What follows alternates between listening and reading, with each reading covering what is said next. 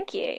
Okay, welcome to the next part of the show. We got my special guest all raring to go. We have Aoife Wilson, a pro gamer, and we're talking about video games and how they become all the rage today. Welcome, Aoife, and Hi. like to ask about your input on this talking point. Has mobile gaming usage rocketed in the past year, and is it fair to say we're a nation of gamers? Oh, definitely. Yeah. I think that, I think we were already a nation of gamers, but now new research has come to light. It kind of confirms a lot of suspicions. I think I had anyway that yeah, mobile gaming specifically has kind of soared during lockdown.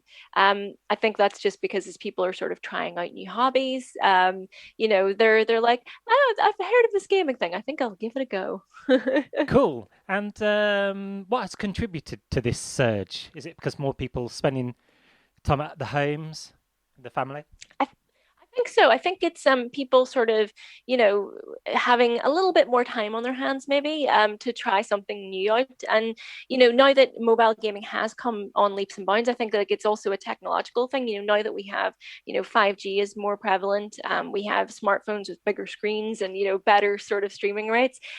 You can play a lot of great like you don't have to buy a console anymore. You can play a lot of really great games right there on your mobile. And like now that there are things like Xbox Game Pass Ultimate that means you can sort of just pay a small monthly fee and you can get like an entire huge library of games ready to play on your mobile. It just means that people can like there's no real huge barrier to entry. There's no big investment, upfront of like a console or a really expensive, one singular expensive game. You can try out lots of different things and sort of see what you like, really. That's great. The various games are on different platforms, so people can enjoy that.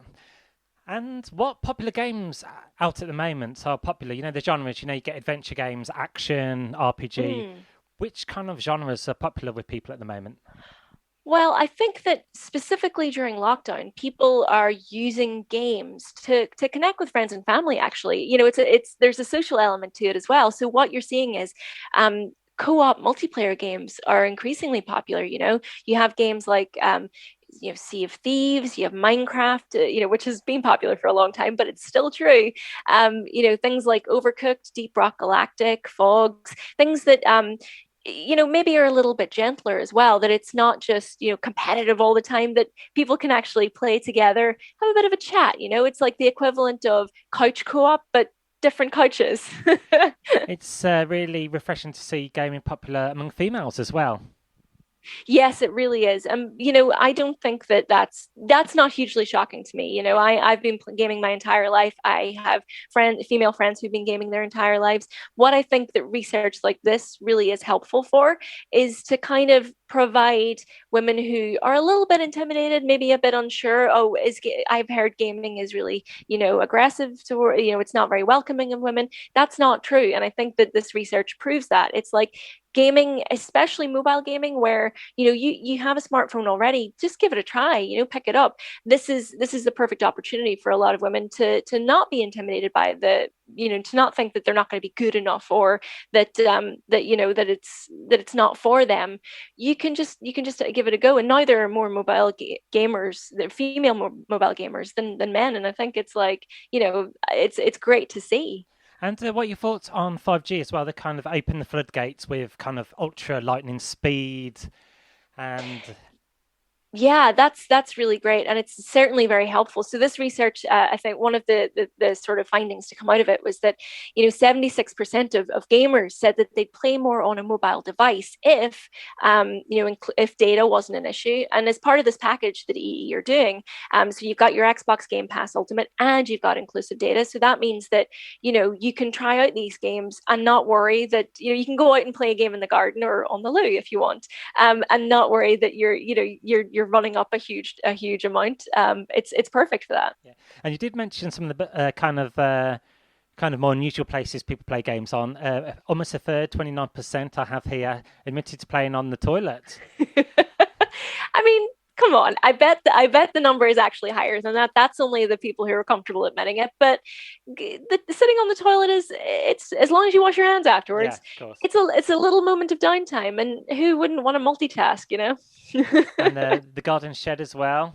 Uh, Garden shed, yeah, the garden itself, and as lockdown restrictions in the UK start to ease, I think we'll be seeing more people maybe gaming together in a pub, or gaming outside in the park, and I can't wait to see that. As long as like the glare from the sun isn't too bad, I think gaming is it's kind of like in the olden days, I suppose, when you play chess or something outside in the park. Now you can play, a little bit of Sea of Thieves or Fogs or anything you like, really, something different. just a slight tangent as well. Of course, mobile phones are popular with quizzes as well in the pubs. They're all on their phones doing these general knowledge quizzes.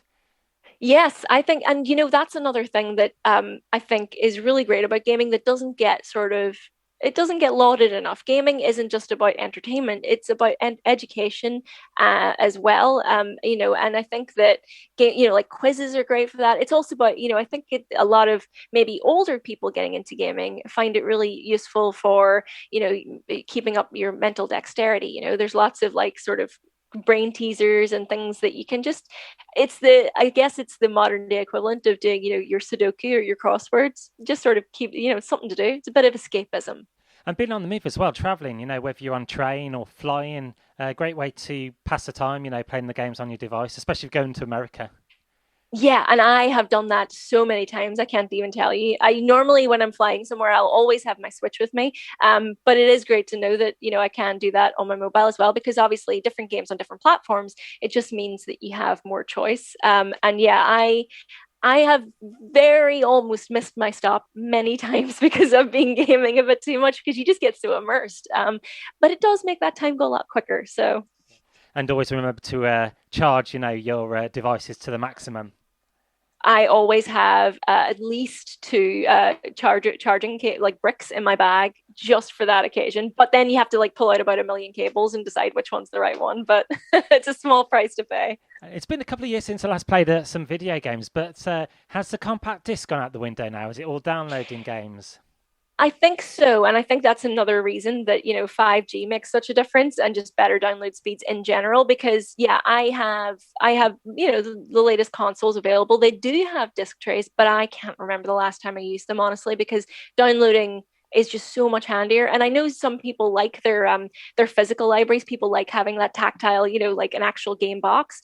I'm not too fussed about that. I live in London. Space is a premium, so having everything sort of downloadable, it suits me down to the ground. And what are the prices like for games these days? When I last checked, like the compact disc in the supermarket, it was kind of £40, £50 even.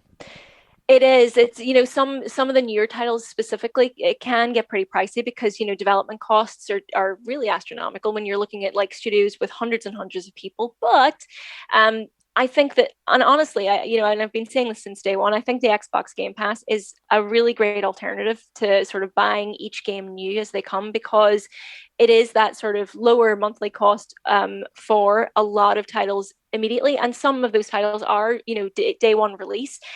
So like Outriders came out on Xbox Game Pass initially. The Medium, I think, came out initially as well.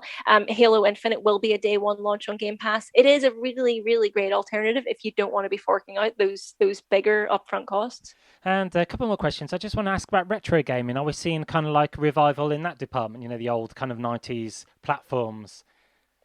Yeah, platforming is making a bit of a comeback. I think it's just because I hope it's because, as we see more people getting into gaming for the first time, it's almost like they're catching up on what they missed. And platforming is such a classic, because I think the hallmark of a really great game is that you see it and you immediately understand it, and platforming certainly falls into that category. But I think like retro games are just, they're always going to be here to stay. Like you see revivals of Tetris on every console going, and that's because no matter how many iterations it has, at its heart, Tetris is just a great game, and Snake being the nation's favorite mobile game as well. That doesn't surprise me at all, because Snake, you see it, you play it once, you immediately get how it works. It's the A word, addicted, isn't it? And finally, Twitch as well. This live streaming platform. You didn't really hear of it until kind of like early last year, maybe slightly before. Has it kind of metamorphosized this change with gaming? I think that, yeah, I think that streaming, although it's been around for a little while, with Twitch and YouTube, we really have, you're right, seen it sort of taken up a level because of lockdown. I think it's because Twitch is perfect for sort of streaming. It's perfect from a working from home setup from a streamer's perspective.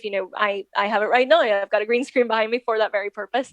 So it's great on that front, but also streaming, I think, builds wonderful communities of like-minded people. I've met some really, really talented, thoughtful, kind individuals through our communities online, and it just means it's when you find the right community, you found a group of ready-made friends because they're sharing your love of gaming. They're sharing your love of maybe making fan art of that game, and it's just really good vibes.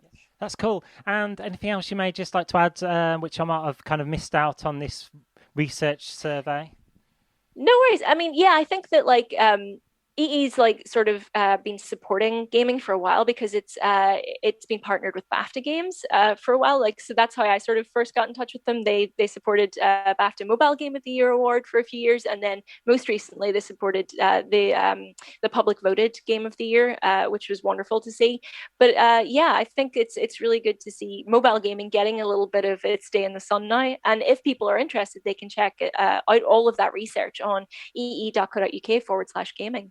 Lovely. Well, Aoife Wilson, thank you very much. Pro Gamer talking to me about the latest trends and gaming out there at the moment. It's been lovely having you on. Awesome. Thank you, Dan. Great.